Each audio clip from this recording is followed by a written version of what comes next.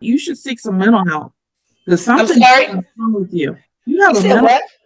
you have a mental problem. I If have you a think mental the problem. laws in the How? United States don't apply to you and you get to make them up as you go along, like you know more than everybody else in the world, there's clearly something wrong with you. No, what did I make up?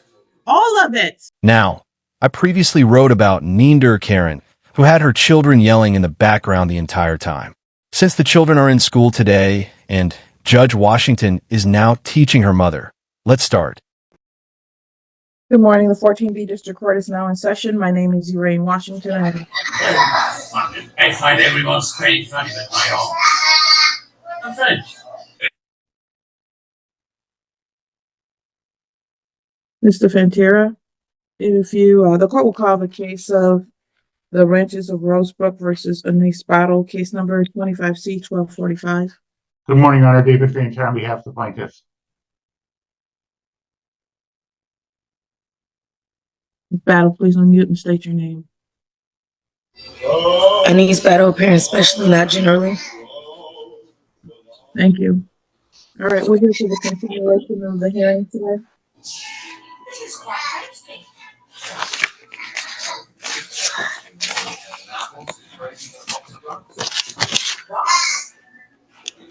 Battle, when you're not speaking, please.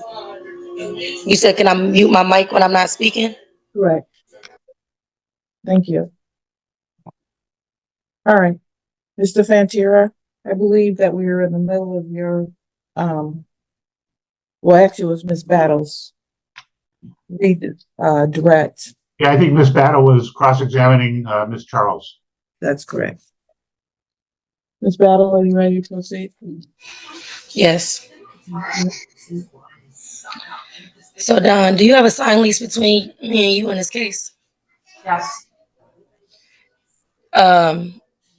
Did I ever waive my rights or agree to terms in writing? What's the question? Did I ever waive any of my rights or agree to your terms in writing? Your Honor, I object. I have no idea what that means. Meaning that there are waivers inside of the lease. Your Honor, she's got a signed lease. That lease was, we moved to have that admitted last time, and it was admitted. Ms. Battle did not object. So I don't know what she's asking right now when she talks about a waiver. She signed the lease. Okay, that's fine. Are you aware of the notice of rescission that was sent? Yes. Your Honor, I object. Rescission, we can't go down this road again. Why are we not going down the road? Let him finish his objection, please. Okay. Your Honor, this lease, this case is not about rescission. It's about, this is a non-payment of rent, pay and stay case. The question is, how much money does she owe in order to stay in her lease? She believes, and she stated, and she was overruled by Judge Vandenberg, and I believe by you, that her belief that she rescinded her lease and therefore she gets to stay until she finds a new place is not the law, and she should not be allowed to pursue that line of questioning. This is not about rescission, which, by the way, she hasn't done anyway. All right. So your argument is that her question is not a legal question and therefore you object. It's not based upon law. It is based upon, what law is it not based upon? It's based upon common law. You have not proven or stated any laws or facts that back what you're saying. Unlike me, I have. Yeah, but you stated them all wrong. And one of the things you stated was the Magna Carta, which was from the 12th century in England. No, I stated it under common law and Please stop. landlord-tenant acts. That's not, we're not under common law anymore, ma'am. And that's a part of the problem with sovereign citizens. They think they know the law when they don't. That is not. That sounds prejudiced and biased because I'm not a sovereign citizen. So it seems like you're trying to group me in with them, and that I am not. As I mentioned in the previous video, her argument is that of constructive eviction, which is when a property's landlord permits it to become unlivable and the tenant can leave the lease without facing any consequences. However, as I also mentioned in that video, she has waived her right to claim constructive eviction by continuing to live in the property. So even if it talks and walks like a duck, it's probably a glue-sniffing sovereign citizen. Well, whatever you're using as your basis is still not correct. It is not the law. It is. It's still under MCL Not and it's under the Landlord Tenant Act. overruled. My objection is overruled, Your Honor? No, the objection is sustained. Her question, it cannot be asked. So you're saying I can't ask about the contract that's in question? No, I'm saying that you have no basis for asking whether the contract was rescinded or not. Why would I not have basis for asking if the contract was Because that's rescinded? not the law. You don't get to unilaterally rescind anything, ma'am. Well, again, as I stated, My ruling, I'm not arguing with you anymore about it. right, it's not an argument. So just let the record show that there is no law or basis to what she's saying. And she has not yet stated any law or fact behind this objection to Ma'am, asking these please questions. move I will on. continue. I will continue. Okay. Did you write me a notice to quit filing this action? A notice to quit? Yes. No. I think she's referring to a demand for possession, Your A Honor. demand for possession, yes. No, a notice to quit. No. Right. Do you have proof of delivery or service of any notice to quit? No, I didn't send one. Right. Are you aware that MCL 657-16 requires a notice to quit before initiating an eviction? Your Honor, I object. Miss Battle is confusing the term notice to quit with demand for possession. A notice to quit is how you start a termination of tenancy case. This case was started with a demand for possession. If Miss Battle wants to use the wrong term, she's going to get the wrong answer. The statute says that we can start a non-payment of rent case with a demand for possession, and that was issued. And if she asked that question, Ms. Charles can answer that question. Is there proof of service? Is there proof of delivery on that demand for possession? Miss Battle, can you do me a favor, please, ma'am? Yeah. Give me one moment. You studied a statute that I actually need to look up. MCL what? I'm sorry? What was the statute that you cited? MCL 657.6. I mean, not 57.6, 600.5716. I love it when they quote the law because the lawyer is correct. Under MCL 600. 5716, the property manager must file a demand for possession before the landlord can start the eviction procedure. She is not only ignorant of the law, but she is also illiterate. Yeah, have you read that statute? Yes, I have read it when I first did this. It uses the term demand for possession. Okay, everybody please stop talking. It says a demand for possession or payment shall be in writing addressed to the person in possession and shall give the address or other brief description of the premises. It's a demand for possession, not a notice to quit. Okay, so is there proof of service of it on the record? That's a different question though. So, okay, go ahead. But that's the question I asked next. Once he said that the But I demand for wanted to possession. clarify your question before. I appreciate it. All right, Ms. Charles, please add her question next. Is there proof? Do you have a proof of delivery or service for that demand for possession? Nope. Nope. Did you know that under MCL that you're required to have a certificate of service or proof of service on the record? Your Honor, I object. She's not using the statute changed 10 years ago so that you now need on a demand for possession a certificate of service. And that's what's at the bottom of the page. If she's looking for a proof of service, meaning somebody going to the door, she's going to get the wrong answer again. The term is certificate of service, and I believe Ms. Charles will answer that question differently because there is a certificate of service at the bottom of the demand. So I would appreciate if she's going to cite statutes, she cites them correctly. Okay. That's fine. I didn't cite an exact statute, but I appreciate your objection. Kids, avoid doing drugs because it seems to make you forget what you said 1 minute and 58 seconds ago. Let's review what we just stated. What was the statute that you cited? MCL 657.6. I mean, not 57.6, 600.5716. I just said MCL because they're both under NCLs. Both proof of service and certificate of service are both under MCL. No, All right, well, everybody, so You, let's not make my ruling. let's just, okay. All I'm trying to do is ask questions to make sure certain things are on the record. A certificate of service okay, is answer that question. not on the disposition. And just like she read on 657, 16, was the property described on that disposition? Yes. Was there a description of the property? Yes. If there was a description of the property? Correct. On my copy, there is no description of the property. But let's continue. Does your company participate in HUD programs or accept federal HUD assistance? Yes. Okay. Did you provide me with grievance procedures required by HUD? Did I provide you with what? Grievance procedures required by HUD. Your Honor, I object. That's irrelevant. There are no It's such grievance procedures under this anything that I'm aware of. I mean, I don't even know what she has a grievance about. right.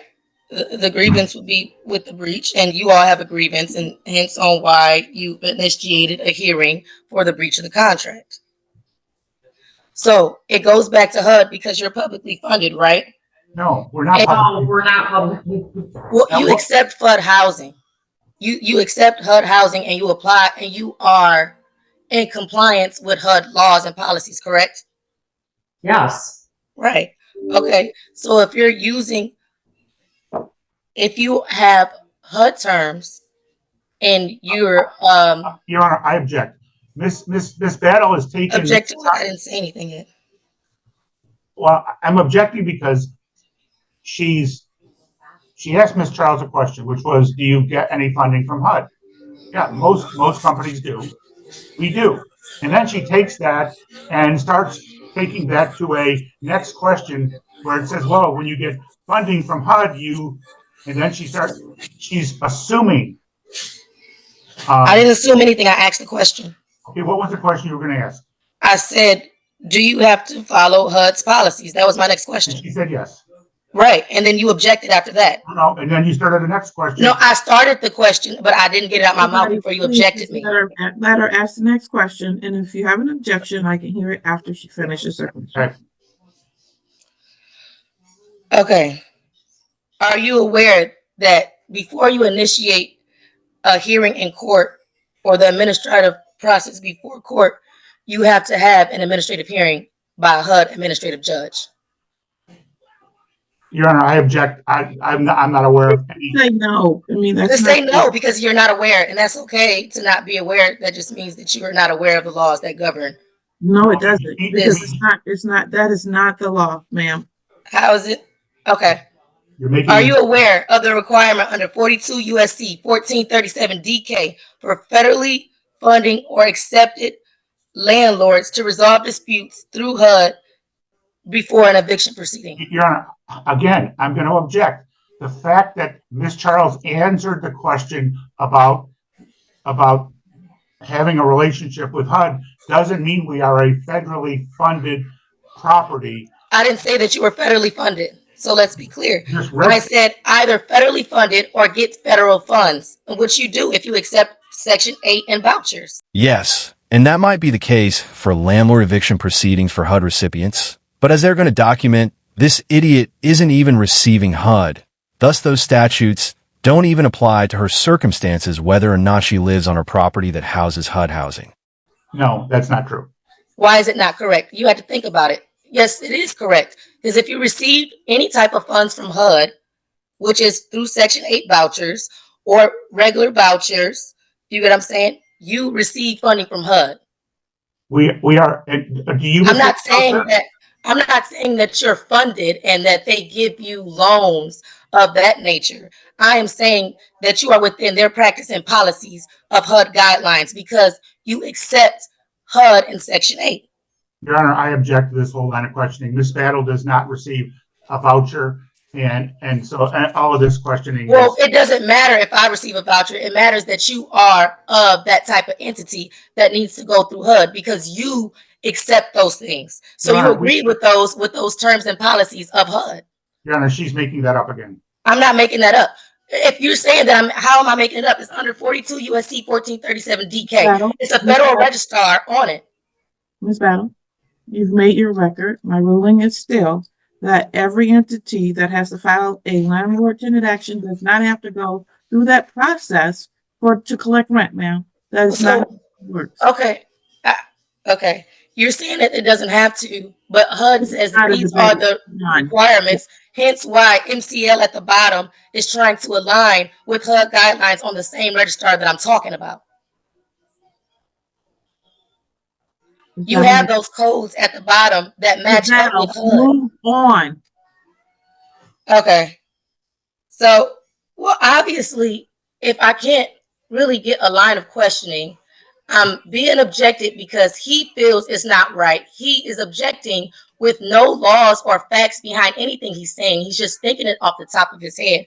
I'm not getting a fair hearing here. Oh, you're getting a fair hearing, but you just won't accept that you're too dim-witted to see why you're wrong, and the court shouldn't make sure that your ignorance justifies lifelong free rent at the landlord's expense. Ms. Battle, move on. Move on to, okay. Do you have a copy of the court establishing jurisdiction? Who's that a question for? Dawn, my plaintiff. Your Honor, I object. The court's already said they have jurisdiction over the The property. court said that she had jurisdiction because she said so, and that's non-judicial. Okay. Ms. Battle, move on. Move on to what? If Not- I cannot have, this is not a fair hearing. And again, No, this is why you're trying to turn this into. I'm not trying to turn it into anything. I'm just trying to state the Please. laws, and I'm not trying to argue with y'all about anything. You get what I'm saying? I'm not trying to argue with y'all. I'm just trying to get y'all to state and prove y'all facts, and y'all have not proven any facts.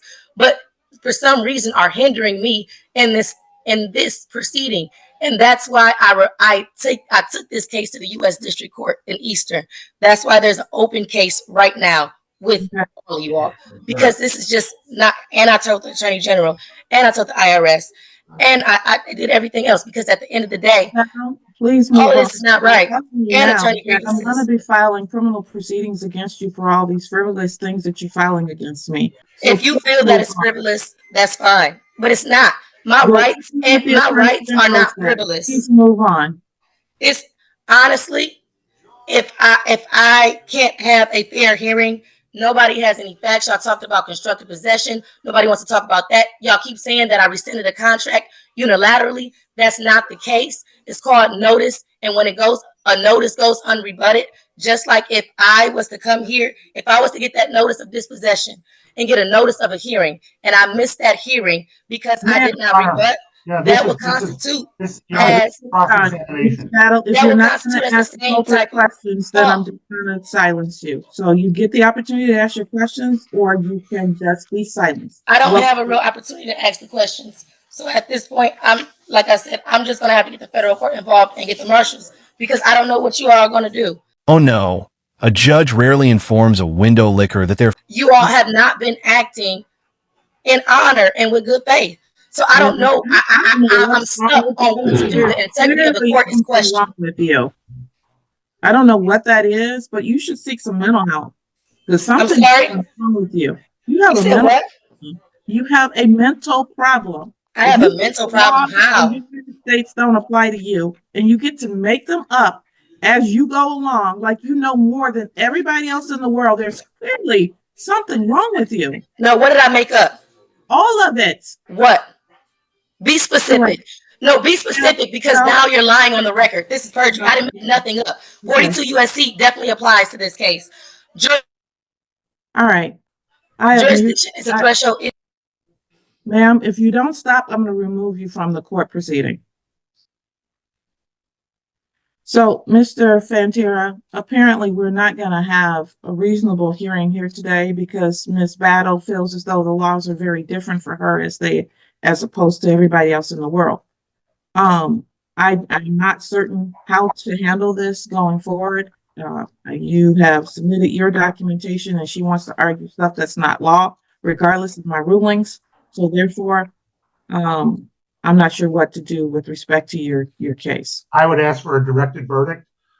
She hasn't said anything that is a defense to my action. And I submitted a proposed judgment this morning. There's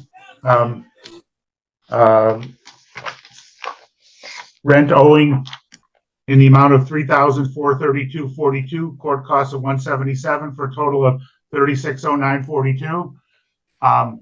We would ask for a judgment for possession within right after 10 days, and she can avail herself of whatever procedures she can in another court. So you're saying that none of my objections is valid towards your claim. So having a valid contract is not an objection. Oh, because you're saying that because a notice was given and unrebutted, it's not of law. Naturally, you do, as this is most likely not your first time try to con your way into free rent. You also mentioned that the marshals would be involved. I hate to break the news to you, but it won't be the marshals.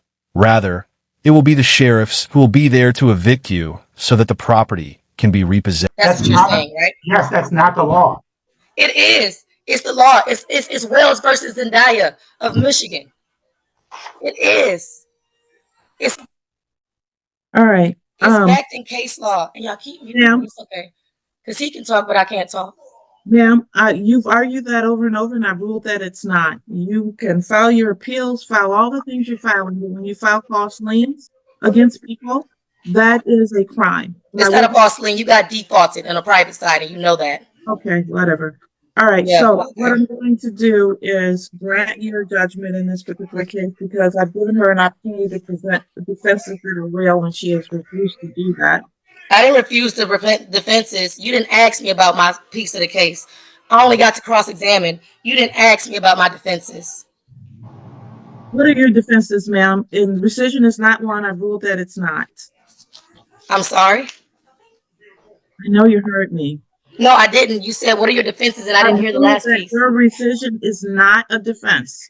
Okay, that's fine. That is your defense. Right, because, you know, threshold matters are not an issue. But again, like I said, the fundamental objections and a counterclaim, object to the subject matter jurisdiction. You all accept and receive housing funds, making the subject We're matter. going down the same road. Okay, listen, stop. I didn't cut you off. I didn't cut you off. You just asked me what my defense was. And all right, I'm done. wow. You're asking me what my defense is. I can't. Take her out. I've asked her 3 times to stop this.